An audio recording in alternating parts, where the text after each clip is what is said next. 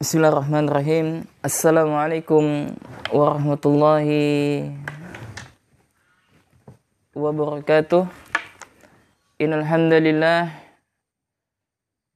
nahmaduhu wa nasta'inuhu wa nastaghfiruh wa na'udzu billahi min syururi anfusina wa min sayyiati a'malina. May yahdihillahu fala mudilla lahu wa may yudlil fala hadiyalah. Wa asyhadu an la ilaha illallah wahdahu la syarika lah. Wa asyhadu anna Muhammadan abduhu wa rasuluh la nabiyya ba'dah. Allahumma salli wa sallim wa barik ala nabiyyina Muhammadin wa ala alihi wa ashabihi wa man tabi'ahum bi ihsanin ila yaumiddin, amma ba'du.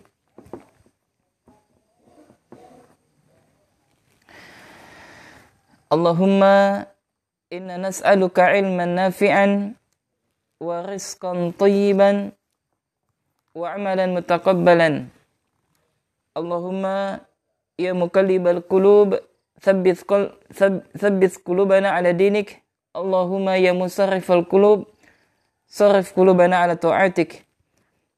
Ikhwani wa akhwati fillah, kaum muslimin dan muslimat rahimani rahimakumullah.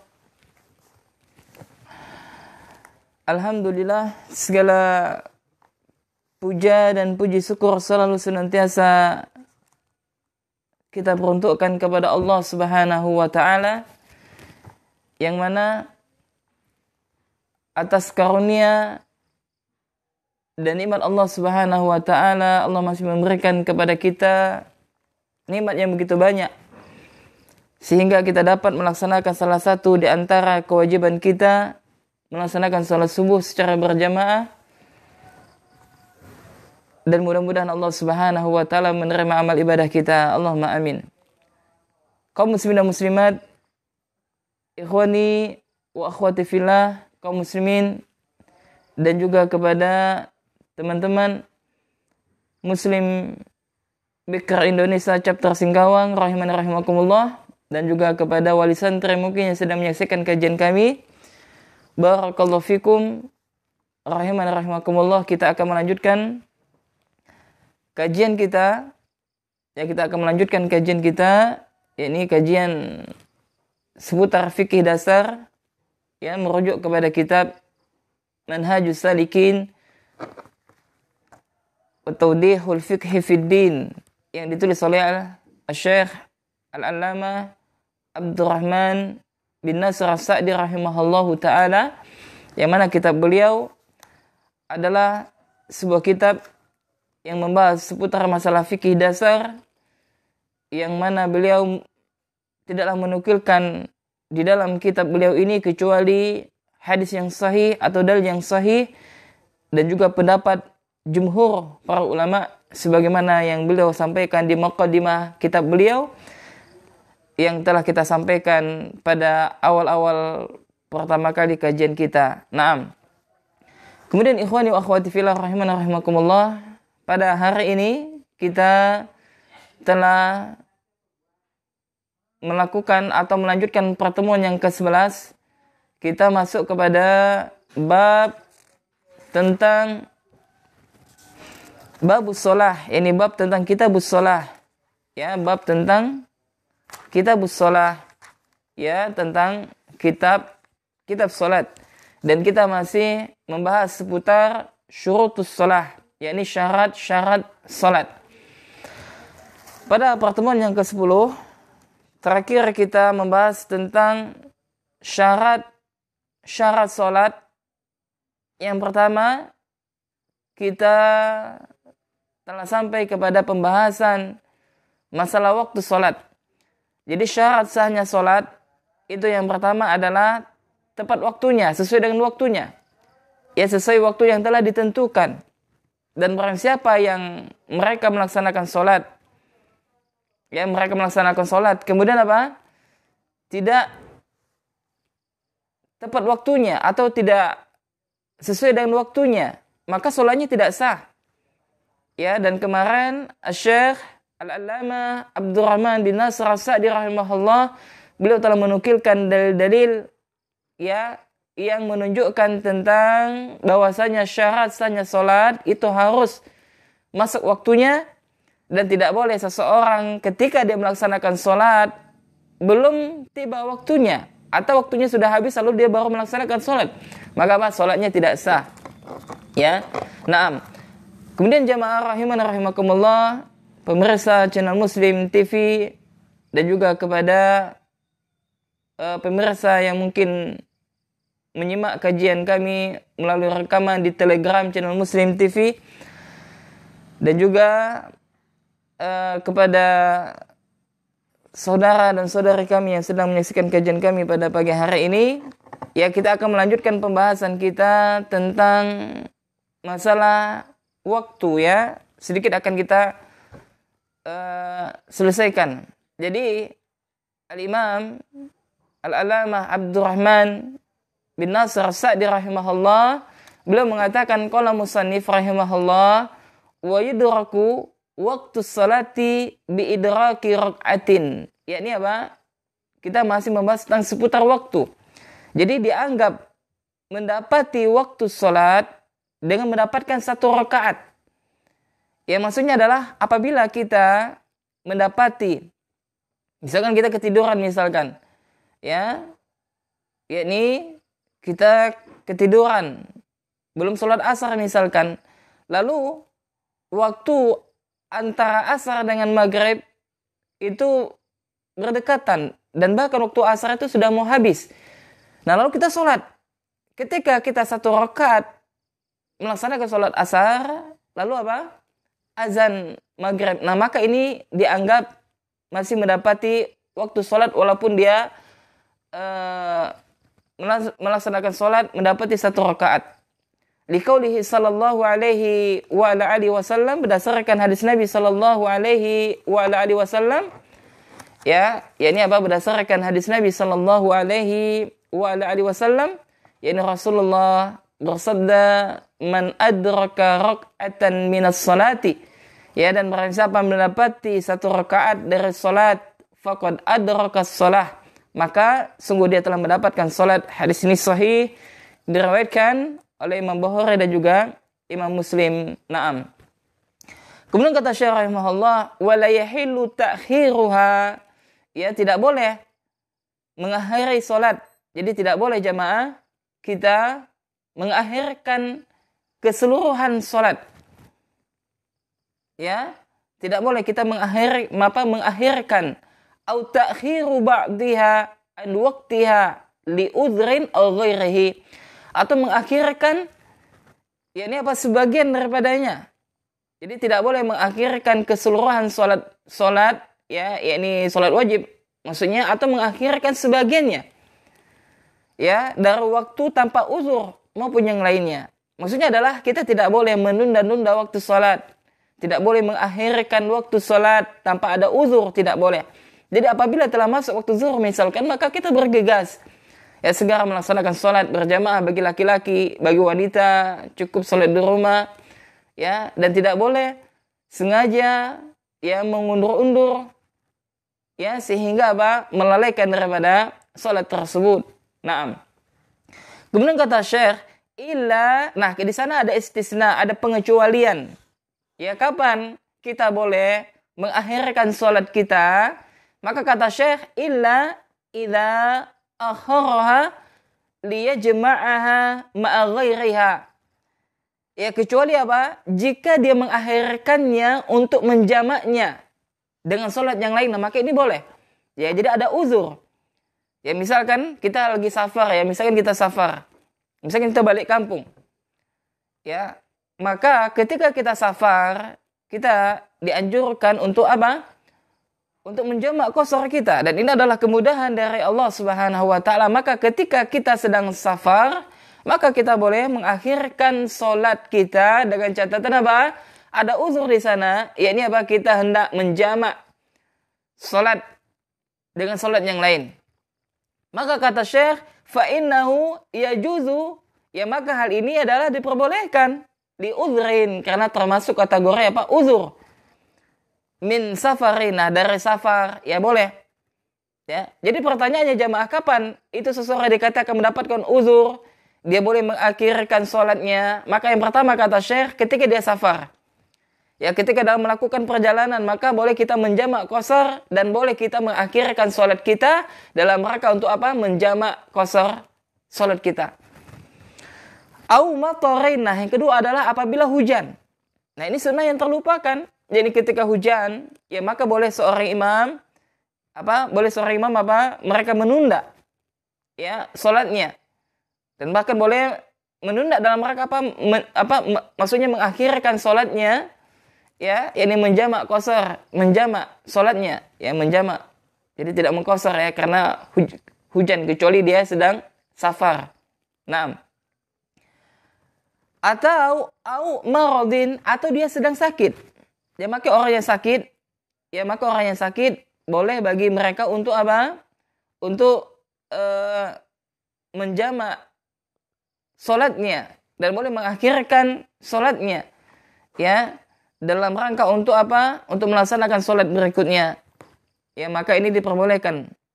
Ya, jadi au nahwiha, atau yang semisalnya, kata Syekh rahimahullahu taala. Naam.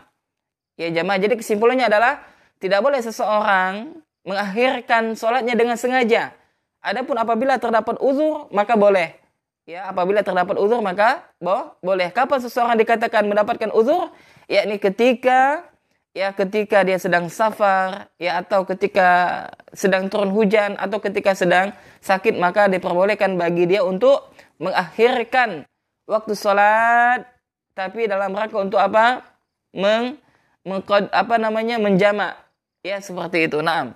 Kemudian kata Syekh rahimahullahu taala, nah, harus difahami jamaah, dalam masalah ini kita jangan bermudah-mudahan. Maka kata Syekh, wal afdalu, ya, maka yang paling utama taqdimus shalah fi awwali waqtiha. Maka kata Syekh rahimahullah, nah di sini Syekh memberikan tanbih kepada kita, memberikan yakni memperhatikan yakni bahwasanya ya lebih utama adalah kita menyegerakan sholat, yakni bersegera untuk melaksanakan sholat tepat pada waktunya. Ya, tepat pada waktunya, ini lebih utama, lebih afdal, seperti itu. Nah, kecuali kata Syekh di sana ada dua waktu yang diperbolehkan untuk menundanya. Ya, di sana ada dua waktu yang diperbolehkan untuk menundanya. Ya, walaupun hukum asalnya apa tadi? Afdalu taqdimus sholati fi awwali waqtiha. Ya, akan tetapi di sana diperbolehkan ya untuk menundanya dengan dua kondisi waktu sholat. Yang pertama adalah al-isya'a idza lam yashqa. Ya, yang pertama adalah waktu isya jika tidak memberatkan. Jadi waktu isya itu boleh seseorang mengundur waktunya. Ya, kalau tidak memberatkan bagi seorang muslim ini. Ya.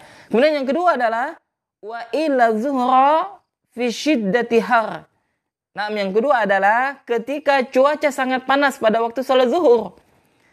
Ya, kenapa jamaah? Karena dulu ya pada zaman Nabi sallallahu alaihi wasallam masjidnya itu tidak berupa masjid pada zaman kita sekarang ini. Ya, tidak diketahui. Ya, cuman hanya sekedar adanya pembatas, ya tidak ada atap dan sebagainya, tidak ada lantai keramik dan sebagainya, tidak ada. Nah, maka ketika masjid pada zaman Rasulullah sallallahu alaihi wasallam tanpa atap dan sebagainya, maka apa? Maka ketika waktu zuhur telah masuk, akan tetapi cuaca masih panas menyengat, maka boleh seseorang untuk menunda sholat pada sholat zuhur tersebut. Mana dalilnya? Yani Syekh Abdurrahman bin Nasr As-Sa'di rahimahullahu taala menukilkan hadis yang diriwayatkan oleh Imam Bukhari dan juga Imam Muslim. Yakni qala Nabi sallallahu alaihi wasallam, yakni Rasulullah sallallahu alaihi wasallam bersabda, "Idza ishtadda al-harru fa'abridu 'anis shalah." Ya, jadi kata Nabi sallallahu alaihi wasallam, jika siang sangat panas, maka akhirkanlah salat. Ya, maka akhirkanlah salat, kata Nabi sallallahu alaihi wasallam, fa inna syiddatal harri min faihi jahannama. Ya. Jadi kata Nabi, ya jika siang sangat panas, maka ya akhirkanlah sholat sehingga dingin. Ya sampai waktu dingin. Karena panasnya cuaca itu ya dari panasnya jahanam. Naam. Kemudian jamaah rahimana rahimakumullah, lalu Syekh mengatakan wa man fatathus shalah wajib alaihi qada'uha fawran murattaban. Ya barang siapa yang tertinggal dari salat, wajib baginya mengqadanya segera secara urut. Ya, naam. Kemudian Syekh rahimahullahu taala ia belum melanjutkan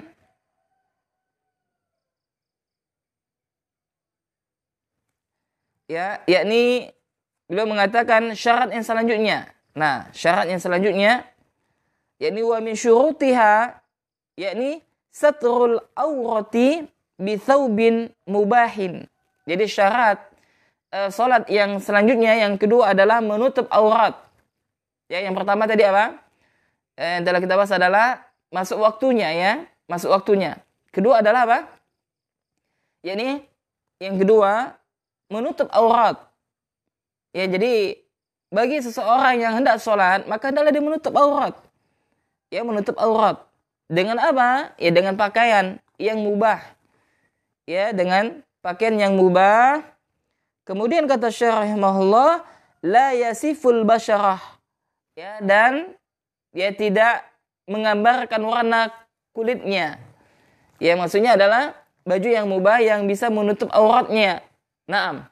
Ya, kemudian Syekh mengatakan wal auratu thalathatu anwa'in. Ya, adapun aurat itu ada 3 macam kata Syekh. Ya, jadi aurat itu ada 3 macam. Yang pertama adalah mughalladhatun. Yakni yang pertama adalah mughalladhatun. Ya, mughalladhah. Ya, ini apa maksudnya? Ya, ini adalah wahiya auratul mar'ati hurrati al-balighah. Yani aurat wanita merdeka yang sudah baligh. Ya.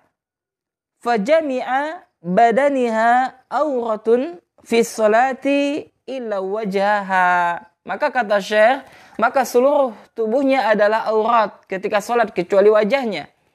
Jadi aurat itu ada 3. Syekh menyebutkan yang pertama adalah mughalladhah. Mughalladhah. Apa mughalladhah? Yani aurat wanita yang merdeka yang sudah baligh, ya, maka seluruh tubuhnya adalah aurat ketika dia salat kecuali wajah. Maksudnya apa jamaah? Ketika wanita salat, maka mereka wajib menutup aurat mereka ketika mereka tidak salat. Tidak boleh wanita ketika salat tanpa jilbab misalkan, tidak sah salatnya. Ya, atau wanita misalkan salat dia hanya sekedar pakai celana pendek misalnya, maka tidak sah. Ya, maka salah satu syarat sahnya salat ya ini adalah menutup aurat. Ya, bagi wanita yang merdeka, maka semua tubuh mereka adalah aurat. Maka mereka wajib menutupnya kecuali apa? Wajahnya. Ini aurat yang pertama. Kemudian kata Syekh rahimahullahu taala, aurat yang kedua adalah wa mukhaffafatun. Ya, wa mukhaffafatun. Yani apa? Mukhaffafah. Yaitu apa mukhaffafah? Wahia auratu ibni sab'i sinina ila ashrin. Ya, yakni adalah aurat anak usia 7 hingga 10 tahun. Nah, sampai mana batasan auratnya? Ya, sampai batasan auratnya adalah wahyal farjan. Ya, wahyal farjan. Jadi batasan auratnya anak-anak yang usia 7 sampai 10 tahun, yakni adalah 2 lubang kemaluannya. Ya. Jadi kalau misalkan anak usia 7 sampai 10 tahun, ketika dia hendak sholat, maka dia wajib menutup auratnya. Sampai mana batasan auratnya? Ya, ini apa? Batasannya adalah 2 lubang kemaluannya. Ya, nah. Jadi maksudnya anak kecil boleh sholat pakai celana pendek boleh.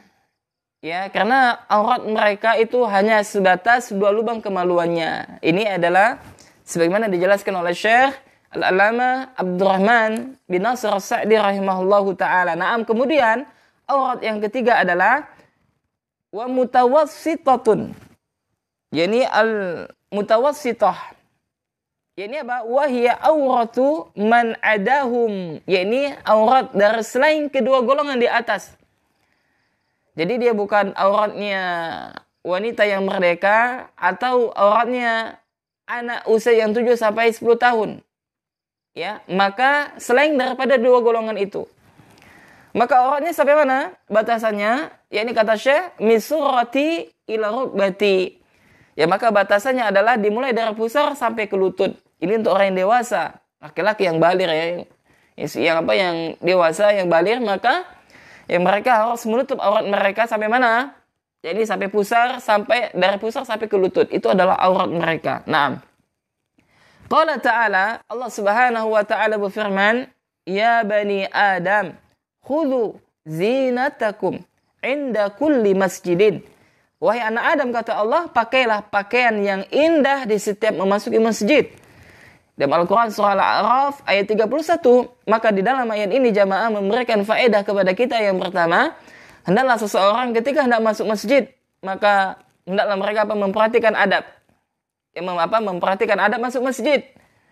Ya, kemudian yang kedua adalah salah satu di antara adab masuk dalam masjid adalah menggunakan pakaian yang indah, pakaian yang bagus ketika hendak masuk dalam masjid. Ya, pakaian yang rapi tentunya.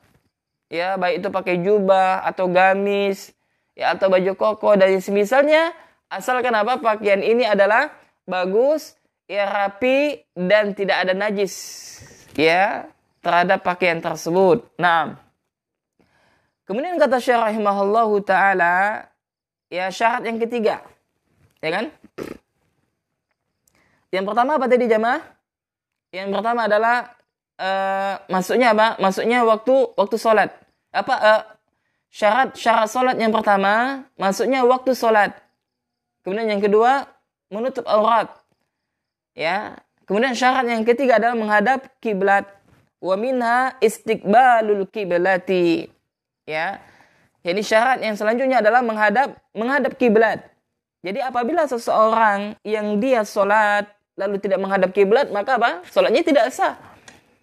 Kenapa? Karena salah satu syarat daripada sahnya salat itu harus menghadap kiblat. Mana dalilnya?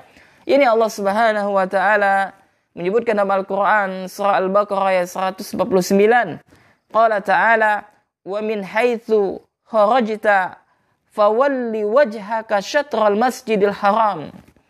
Ya, yakni kata Allah, dan dari mana saja kalian keluar ya atau datang, maka hendaklah palingkan wajah kalian ya ke arah Masjidil Haram. Maka arah kiblat setiap kita hendak sholat adalah Ka'bah.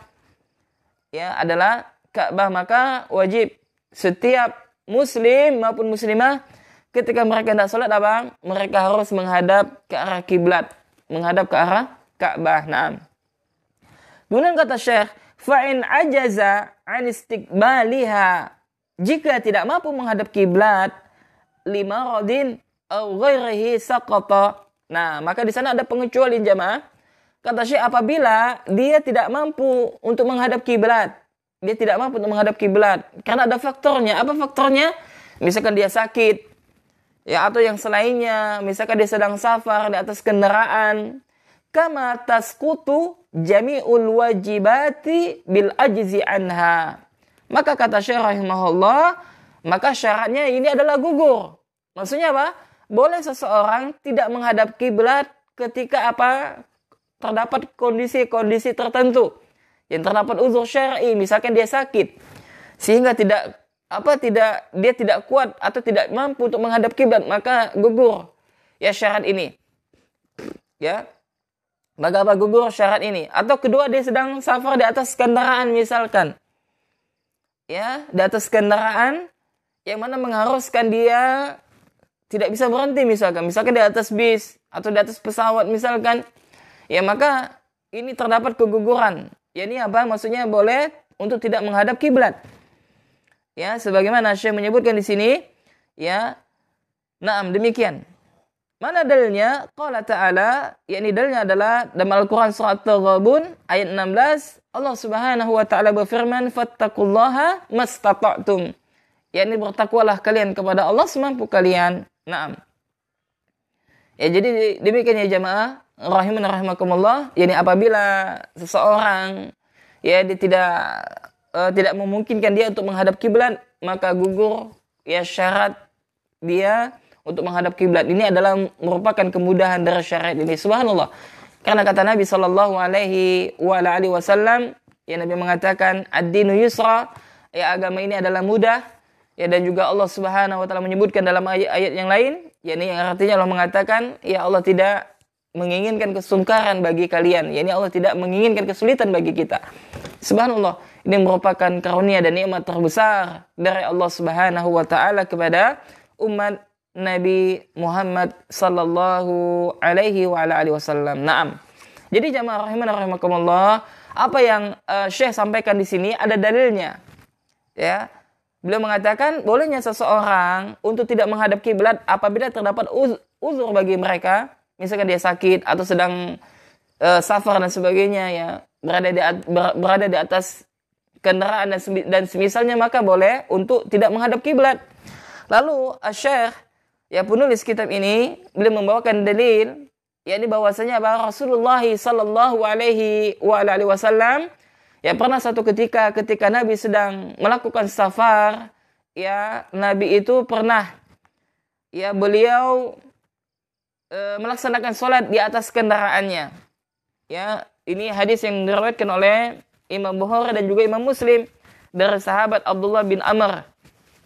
Ya, Abdullah bin Umar ya radhiyallahu taala anhuma. Ya, jadi kata penulis rahimahullah, wa kana an-nabiyyu sallallahu alaihi wasallam yusalli fi safarin nafilah ala rahilatihi haitsu tawajjahat bihi.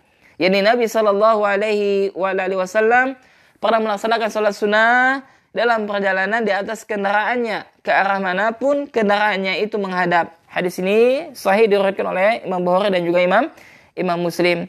Wa fi lafzin, di dalam riwayat yang lain ada tambahan lafaz ghaira annahu la yusallil maktubah. Jadi apa? Hanya saja beliau tidak salat wajib di atas kendaraannya, ya. Nah, seperti itu jamaah. Ya. Baik. Jadi kesimpulannya adalah jamaah, yang bolehnya seseorang untuk tidak menghadap kiblat apabila apa? Terdapat uzur bagi dia. Nah, diperbolehkan, ya, seperti itu. Kemudian syarat sahnya salat, syarat salat yang berikutnya, yakni yang kelima adalah wa minha istiqbalul wa minha, kata Syekh yang selanjutnya adalah yakni wa min syurutiha an-niyatu, yakni apa? Niat. Nah, ini penting jamaah. Ya, jadi syarat-syarat salat yang pertama kita ulang, yakni apa? Masuknya waktu salat. Kemudian yang kedua menutup aurat. Ya, menutup aurat. Kemudian yang ketiga adalah menghadap kiblat. Ya, yang ketiga adalah menghadap kiblat. Ya, dan yang keempat adalah apa? Yang keempat yakni niat. Ya, yang keempat adalah niat. Naam. Kemudian Syekh rahimahullahu taala beliau melanjutkan, ya, jadi niat. Ini pentingnya niat. Makanya Nabi sallallahu alaihi wasallam ya belum menyebutkan, ya, innamal a'malu binniyat wa innamal likulli imri'in ma nawa. Ya, setiap amalan itu tergantung pada niatnya dan setiap orang itu akan mendapatkan apa yang dia niatkan. Maka pentingnya niat. Dan harus difahami jamaah rahimakumullah bahwasanya niat itu tepatnya di hati. Ya, jadi tidak boleh kita lafazkan. Kenapa? Karena Allah As-Sami, ya Allah Maha mendengar dan Allah Maha mengetahui isi dalam hati kita. Ya, maka cukup kita berniat dalam hati hendak melaksanakan salat, ya maka itu sudah dicatat oleh Allah Subhanahu wa taala. Ya, dan juga fungsi niat para ulama menyebutkan sebagaimana Imam An-Nawawi rahimahullah ya belum menjelaskan ya bahwasanya fungsi niat itu juga itu adalah untuk membedakan untuk ibadah satu dengan ibadah yang lain. Ya, untuk ibadah yang satu dengan ibadah yang lain, misalkan salat, ya untuk membedakan salat yang zuhur atau sholat asar. Nah, seperti itu fungsi daripada niat. Naam. Ya, maka pentingnya untuk niat di dalam melaksanakan ibadah. Salah satu ibadah tersebut adalah apa? Sholat. Dan setiap orang akan mendapatkan ya balasan sesuai dengan yang dia niatkan. Naam. Kemudian kata Syekh rahimahullah, wa tasihhu sholatu fi kulli mawdi'in. Ya, maka kata Syekh, sahnya sholat di semua tempat. Nah, ini subhanallah jamaah, ini diperbolehkan ya. Kita sholat dimanapun diperbolehkan. Dia di semua tempat diperbolehkan illa kecuali. Nah, di sana ada beberapa tempat yang tidak diperbolehkan jamaah untuk kita sholat. Ya, yang pertama adalah fi mahallin najisin. Yang pertama adalah tempat yang terdapat najis. Ya, maka salah satu syarat di antara sholat adalah tempatnya harus suci. Dari apa? Dari najis. Ya, tempatnya apa? Suci dari apa? Dari najis. Ya, dari apa? Dari najis. Jadi tidak boleh ketika kita sholat, tempat kita sholat terdapat najis. Ya, kemudian yang kedua kata Syekh, ya ini apa? Tempat yang dilarang untuk melaksanakan sholat, yang tidak diperbolehkan adalah au marsubin. Ya, ini hasil rampasan. Ya, hasil rampasan. Mungkin satu tempat yang mana di sana adalah hasil rampasan. Ya, maka tidak diperbolehkan. Tentunya rampasan tersebut tidak sesuai dengan syar'i. Ya, entah dia mengambil ya barang punya orang lain dan yang semisalnya. Kemudian yang ketiga adalah au fi maqbaratin. Nah, ini penting jamaah. Yang ketiga adalah dilarang adalah kuburan. Ya, jadi ya di kuburan seseorang itu tidak boleh sholat di situ. Ya, maka para ulama mengatakan kita tidak boleh sholat di masjid yang mana masjid itu terdapat kuburan.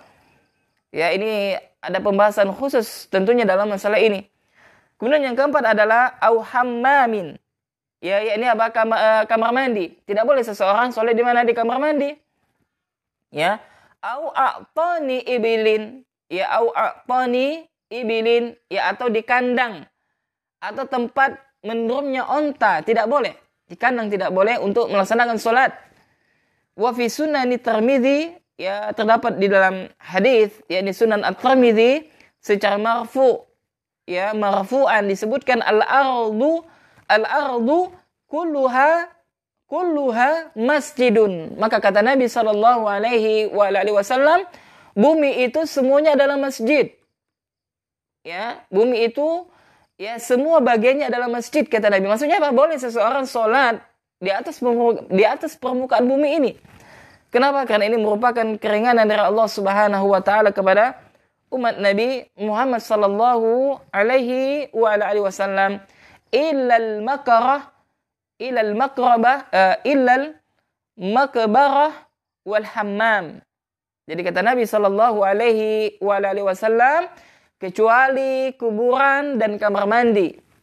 Jadi apa? Tidak boleh seseorang sholat di kuburan dan juga sholat di mana? Di kamar mandi, tidak diperbolehkan. Nah, demikian jemaah yang dapat kita sampaikan, yakni kajian kita dari syarat sholat dari kitab ya Manhajus Salikin wa Tawdihul Fiqhi Fiddin yang ditulis oleh Al-Allamah Abdurrahman bin Nasr As-Sa'di rahimahullahu ta'ala. Maka dapat kita simpulkan jamaah bahwasanya syarat-syarat salat yang pertama adalah masuk waktunya. Ya, masuk apa? Waktu salat itu sendiri. Ya, masuk waktu salat itu sendiri. Kemudian yang kedua adalah yakni apa? Yang kedua menutup aurat. Ya, syarat yang kedua adalah apa? Menutup aurat. Ya, menutup aurat. Kemudian yang ketiga adalah menghadap kiblat. Ya, menghadap kiblat. Kemudian yang keempat adalah berniat dan yang kelima adalah melaksanakan sholat di tempat yang suci. Tidak boleh ya melaksanakan sholat di mana? Di tempat yang terdapat najis, dan juga tidak boleh sholat di tempat yang di sana terdapat kuburan, dan juga tidak boleh sholat di kamar mandi, dan juga tidak boleh sholat di kandang. Dan ini sebagaimana dijelaskan oleh mu'allif ya kepada kita, mudah-mudahan bermanfaat bagi kita, dan masalah ilmu seputar salat ini sangat penting. Ya walaupun sudah kita pelajari, maka terus kita sampaikan, ya karena salat ini yang merupakan ibadah ya keseharian kita, ya yang mana kita diwajibkan dalam sehari 5 kali melaksanakan salat. Ya maka ya seyogyanya kita untuk mempelajari salat kita lagi, ya untuk murojaah, ya karena ilmu ini perlu untuk murojaah dan terus untuk kita ulang dan kita ulang sampai kapan? Ya sampai kita wafat ketemu Allah Subhanahu wa taala. Naam, demikian jamaah. Dan insyaallah pada pertemuan selanjutnya kita akan melanjutkan yakni tentang bab sifatis shalah, yakni bab tentang sifat salat, ya biar salat kita benar, ya sesuai dengan tuntunan Nabi Muhammad sallallahu alaihi wasallam. Ya kami cukupkan sampai di sini. Yang benar tentunya datangnya dari Allah Subhanahu wa taala, yang salah tentunya datangnya dari saya dan dari syaitan. Maka kami ucapkan jazakumullahu khairan kepada teman-teman Muslim Bikra Indonesia Chapter Singkawang, ya ikhwas sekalian yang mungkin sedang menyaksikan kajian kami via online maupun rekaman di YouTube, ya maupun di Telegram, ya, dan juga kepada wali santri, ya yang mungkin sedang menyaksikan kajian kami juga jazakumullahu khairan, dan juga kepada sahabat yang lainnya barakallahu fikum. Kita tutup majelis kita dengan doa kafaratul majelis. Subhanakallahumma wa bihamdika asyhadu an la ilaha illa anta astaghfiruka wa atubu ilaik. Assalamualaikum warahmatullahi wabarakatuh.